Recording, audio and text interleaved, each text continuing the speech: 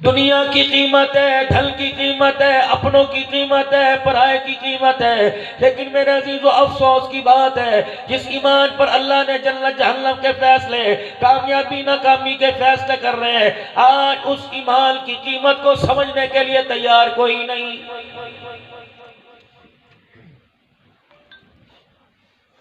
जब अल्लाह की जात पर ईमान आ जाएगा, जब परवरदिगार आलम की जात पर इंसान का ईमान आ जाएगा, करने वाली जात अल्लाह की, देने वाली जात अल्लाह की, लेने वाली जात अल्लाह की, इज्जत जिल्लत का मालिक अल्लाह, मौत हयात का मालिक अल्लाह, जिंदगी के उतार चढ़ाव पैदा करने वाला अल्लाह, अल्लाह अकबर। औलाद देने में मालिक अल्लाह, औलाद लेने में मालिक अल्लाह, सारी खूबियां अल्लाह के खजाने में, सारी जिल्लत इज्जत अल्लाह के खजाने में, सारी शोहरत अल्लाह के खजाने में।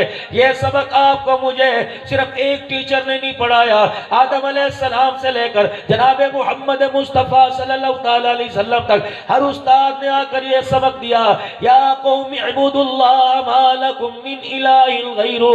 ओए लोगो, अल्लाह की इबादत करना, उस मालिक के अलावा किसी और के आगे अपने सरों को ना झुकाना।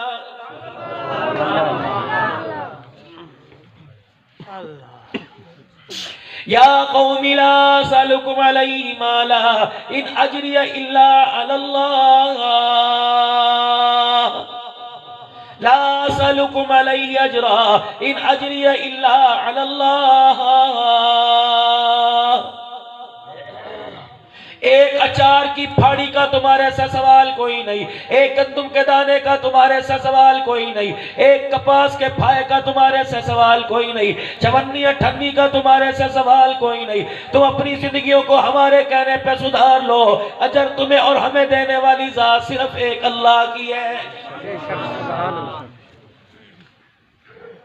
किसी नबी की तालीम के बारे में, किसी नबी की मेहनत के बारे में आप ये साबित नहीं कर सकते हैं कि उसने कौम से मुआवजा मांगा हो। लेकिन मेरे अजीजों, कौम से मुआवजा मांगने तो दूर की बात है, एक रोटी के लिए रब्बे काबा की कसम, रोटी तो दूर की बात है। सय्यदुल अंबिया सल्लल्लाहु अलैहि वसल्लम की तालीमात से हमें यह बतला दिया गया, अगर तुम्हारे पैर के जूते का तस्मा टूट जाए, खबरदार ध्यान माल पे ना जाए, बल्कि खुदा की जात के ऊपर जाना चाहिए।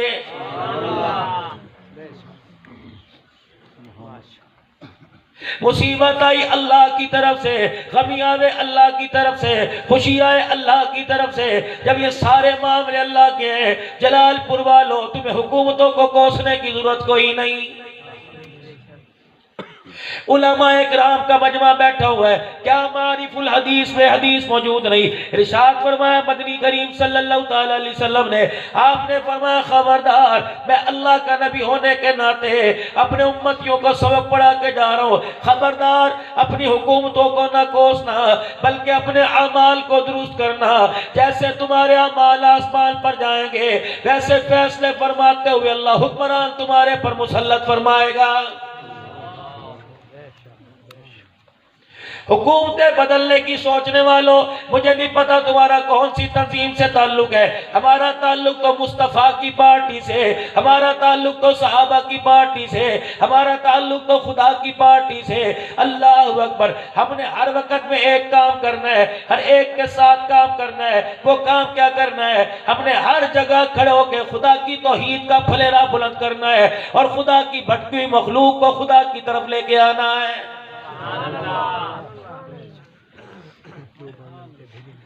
ये तुम्हारा जो हमें लिफाफा देते हो, कितने दिल चलता है। अल्लाह अकबर। मेरे अजीजों, कितना खा लेंगे, सुबह खा लेंगे, शाम खा लेंगे। और लोगों, आज इस जामे मस्जिद बिलाल के अंदर ये अकीदा लेके जाओ कि पूरा करने वाली जात सिर्फ अल्लाह की है। करोड़ों वाला भी झोली फैला के रो रहा है, अरबों वाला भी रो रहा है। अल्लाह अकबर। मेरे अजीजों, जिनके पास कपड़े पे पेवंद है वो भी रो रहे हैं, जिसकी जेब में अन्ना टका कोई नहीं वो भी रो रहे हैं, कह रहे मर गए मर गए मर गए। अर्श वाले ने फरिश्तों से 4 चफेरे में ऐलान फरमा दिया, अभी नहीं मरे। इन्हें किसने कह दिया? माल नहीं तो मर गए, औलाद नहीं तो मर गए, कोठी कपड़ा मकान नहीं तो मर गए। मर तो उस वक्त जाएंगे जब इज़राइल अलैहिस्सलाम सामने आके खड़ा होगा, पूरी कौम बरादरी कलमा पढ़ाएगी, तेरी जुबान पे कलमा तैयबा नहीं आएगा। मरेगा तो उस दिन। जनाजा तो मेरे अजीजों उस वक्त हमारा उठेगा। अल्लाह अकबर। तेरे 4 बच्चे, तेरे 2 मामू, तेरे 2 ताए, तेरी फूफियां, तेरी सास, तेरी खाला, तेरी मासी, उस वक्त तू मरेगा। इन सारों में से कोई भी तेरे कफन को हाथ लगाने वाला नहीं होगा। 4 तेरे दामाद होंगे, 5 तेरे साले होंगे, 7 तेरे बेटे होंगे।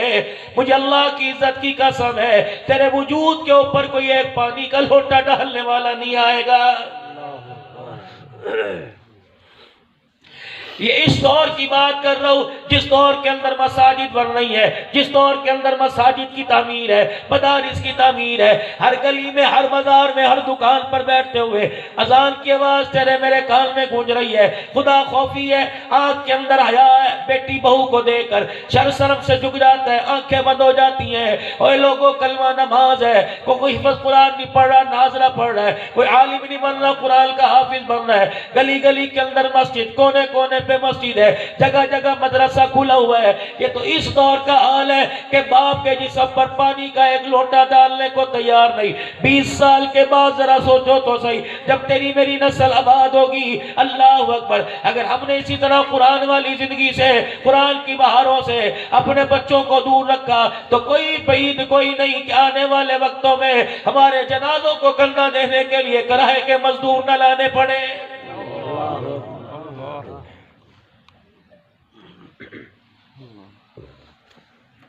हर आदमी हाथ रगड़ता है, कहता है हाय हाय हाय पेट्रोल महंगा हो गया, कोई कहता है हाय जी बिजली का बिल इतना आ गया, कोई कहता है हाय गैस का बिल इतना आ गया, कोई कहता गोश्त का रेट बढ़ गया, सब्जी का रेट बढ़ गया।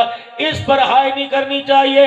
जलालपुर वालों, हजरत कारी नजीर साकिब साहब की दावत पर आने वालों, हाय इस बात पर करनी चाहिए मेरी बच्ची के मोबाइल में कोड लग गया है। हाय इस बात पर करनी चाहिए मुसलमानों के घर के अंदर पलने वाला, मुसलमान बाप की मेहनत की कमाई खाने वाला, पैदा होते कान में अजान सुनने वाला, बाप की उंगली पकड़ कर नमाज़े जुमा पढ़ने वाला, आज 50 रुपए दे के उसने अपने मोबाइल के मेमोरी कार्ड के अंदर सारी दुनिया का गंद भर लिया है। हाय हाय तो इस बात पर होना चाहिए कि बेटी बाप के सामने नंगा सर करके खड़ी हो गई। हाय तो इस बात पर होना चाहिए कि बेटे ने बाप को पागल कह दिया, माँ को झल्ली कह दिया। हाय तो इस बात पर होना चाहिए कि बहनों को देखकर भाई कहने लगा अल्लाह अकबर, तुम्हारा भाई बनने से बेहतर था खुदा मुझे पैदा ही ना करता। नाराज ना होना जलालपुर पीर वालों, आए तो इस बात पर होनी चाहिए पूरे बाजार का चक्कर लगा लो, अल्लाह अकबर, सौदा बेचने वाला तुम्हें एक भी 5 वक्त का नमाजी नहीं मिलता। हाय तो इस बात पर होनी चाहिए खुदा के घर को आबाद करने के लिए, ताज्जुद के सजदे करने के लिए कोई भी तैयार नहीं। हाय तो इस बात पर होनी चाहिए 8 दिन हो गए तेरे मेरे घर के अंदर किसी ने कुरान ही खोल के नहीं देखा है। हाय तो इस बात पर होनी चाहिए मर गए मर गए मर गए, सुबह का सूरज निकल गए, तेरी मेरी सूरतों को बिस्तर पर लेट कर देखता हुआ शर्मा गया कि कितने बदनसीब लोग हैं, पूरे घर के 10 अफराद में एक ने भी फजर की नमाज का सजदा नहीं किया है। अल्लाह।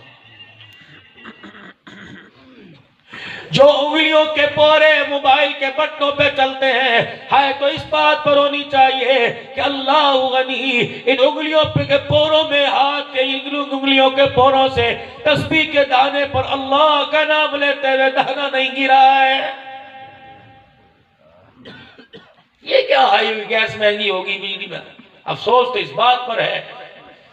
अम्मी का जनाजा उठा, अब्बू का जनाजा उठा, तीसरा जनाजा बड़े भाई का आता है, चाचे का, एक घर से 10 जनाजे मेरी आंखों के सामने उठे। हाय तो इस बात पर होनी चाहिए कि मरते वक्त किसी एक को भी कलमा नसीब नहीं हुआ है।